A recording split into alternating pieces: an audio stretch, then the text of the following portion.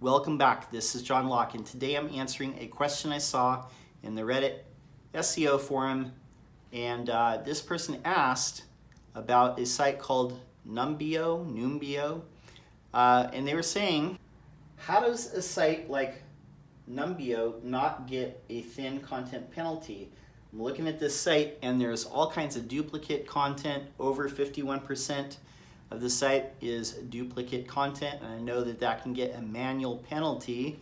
So why is this site doing so well in rankings? So Numbeo, whatever that is, it is a cost of living database of different cities. So probably a lot of that content is freely available on the web, and they've put it all in one place. So it's probably taken from all kinds of different studies, white papers, research, all kinds of different places. So what you need to realize, penalties, as you have been taught in SEO, are not how they're actually applied.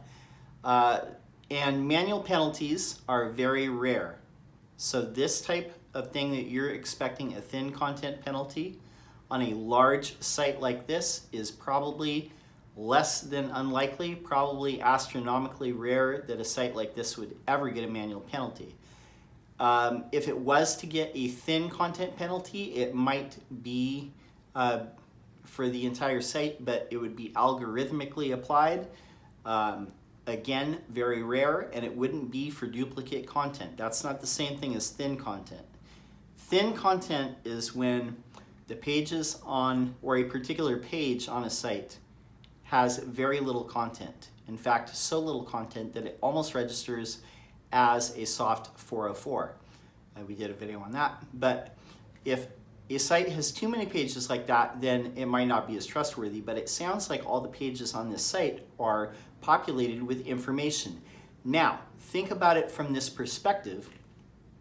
It's not just all about if you duplicate content, you're going to be penalized, because most of the web is duplicate content.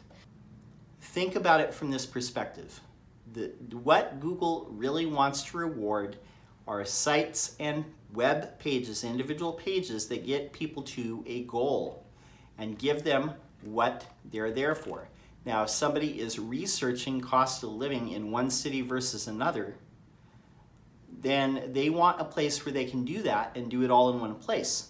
So if that site is the most convenient place for them and it allows them to compare cost of living data between one city and another, or multiple cities, and it has all that information, and the information is up to date and accurate, and the user experience is good, and there's, everything else about this site is good. Maybe it's got a lot of links from stuff like Crunchbase, or all these PR links from different places that are talking about this website.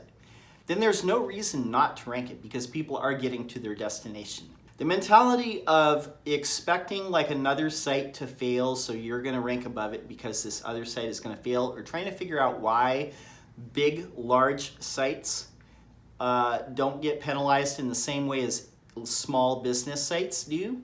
It's simply because of a few factors. For one, if this site has a bunch of links that are very close to seed sites, trusted sites, sites that have been around for like 25, 30 years, sites that have insane amounts of domain authority, like newspaper sites or other news sites or technology sites that have been around for like 20, 25, 30 years, then it is very unlikely that that site is going to get penalized, because its proximity to those other sites that are linking to it are saying this is a site you should trust. A site that is just starting out, that has barely any websites hyperlinking to it, is going to have a lot less trust.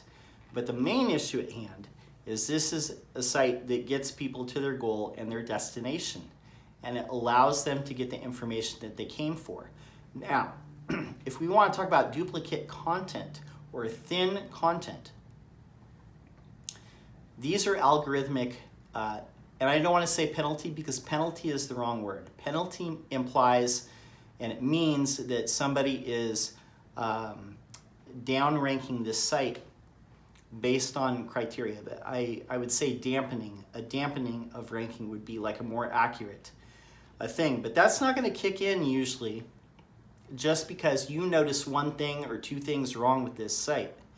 It's usually not going to kick in. There need to be multiple things wrong with the website before this type of algorithmic dampening, or we'll call it a penalty, but it's not exactly a penalty, but we'll call it a penalty. But this algorithmic dampening of the ranking is not going to kick in unless there's a whole bunch of things wrong.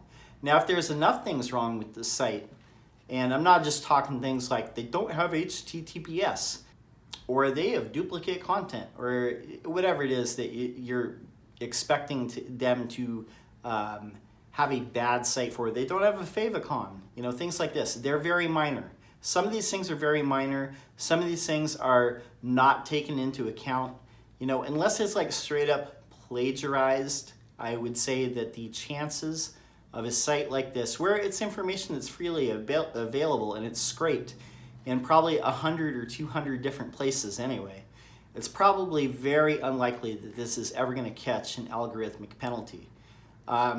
Now, if somebody was taking like essays off a site or taking blog posts off a site and they were copying them word for word, or they were copying entire sections of it or entire paragraphs, you know, then it might be a situation where the algorithm might say, like, we've seen that before, but you know, we're not going to necessarily like banish it to the bottom of the rankings. Now, it's something that you don't want to do because, for one, you can get a DMCA takedown if you're copying content or plagiarizing content, and the hosting company, your hosting company, will make you take it down because they don't want to get sued. But also, it earns a lot of ill will, and you really don't want to do that, especially because any type of industry, there's not a lot of people, and if people don't want to see you succeed and you do things like copy their content or plagiarize stuff, it's just a bad thing. But when it comes to like statistics and data and stuff like that, I mean, that's pretty much fair game, because like 1,000 sites are copying that or referencing it or putting a link to it or using it in some way. So don't expect a whole lot of downvoting for that. So the thing to remember is that the way that so-called penalties or rank dampening or whatever you want to call it, the way that it works is really like, if you see a couple things that are wrong, that site can still rank. As long as people are really getting to their goal, and as long as not there's like glaring things like wrong, you know, such as like all kinds of like broken links, broken images, no alt attributes, and you know, black hat linking, and the UX is terrible and the design is terrible, you know, and it's not mobile friendly. And now if there's all that kind of things going on, then yeah, I wouldn't expect it to rank at all. But if it is, you know, good design, it's got the right information, the information's correct, you know, people seem to enjoy it, there's positive user signals coming in that Google sees, and it gets people to their goal, and it's got a lot of links from trusted sites, you know, don't expect it not to do good. It's gonna do good.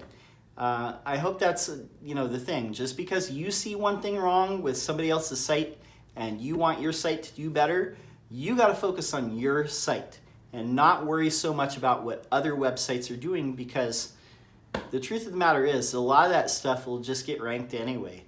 And Google's not going to just toss it out because there's one or two things that are, you know, other SEOs or other website owners or webmasters are going to nitpick over. A lot of time, as long as it gets people to their goal, you know, it's going to work. So keep that in mind. Improve your own site, and just keep in mind a lot of the things that you've been taught about so-called penalties. Manual penalties are rare. Algorithmic penalties or dampening of the ranking, yeah, it exists, but you know, a lot of this like little stuff gets ignored. My name is John Locke. My business is Lockdown Design and SEO. I'm here on a very regular basis, several times per week, putting out videos on SEO. If you have a question, I'd be happy to answer it. Just put it in comments below. I'm trying to get to 1,000 subscribers, and I'm almost there, man. I'm like 3/4 of the way there. That's pretty awesome. I would love to get to 1,000, so if you want to subscribe, you're going to get videos several times per week. So that's all I have for now. Until next time, peace.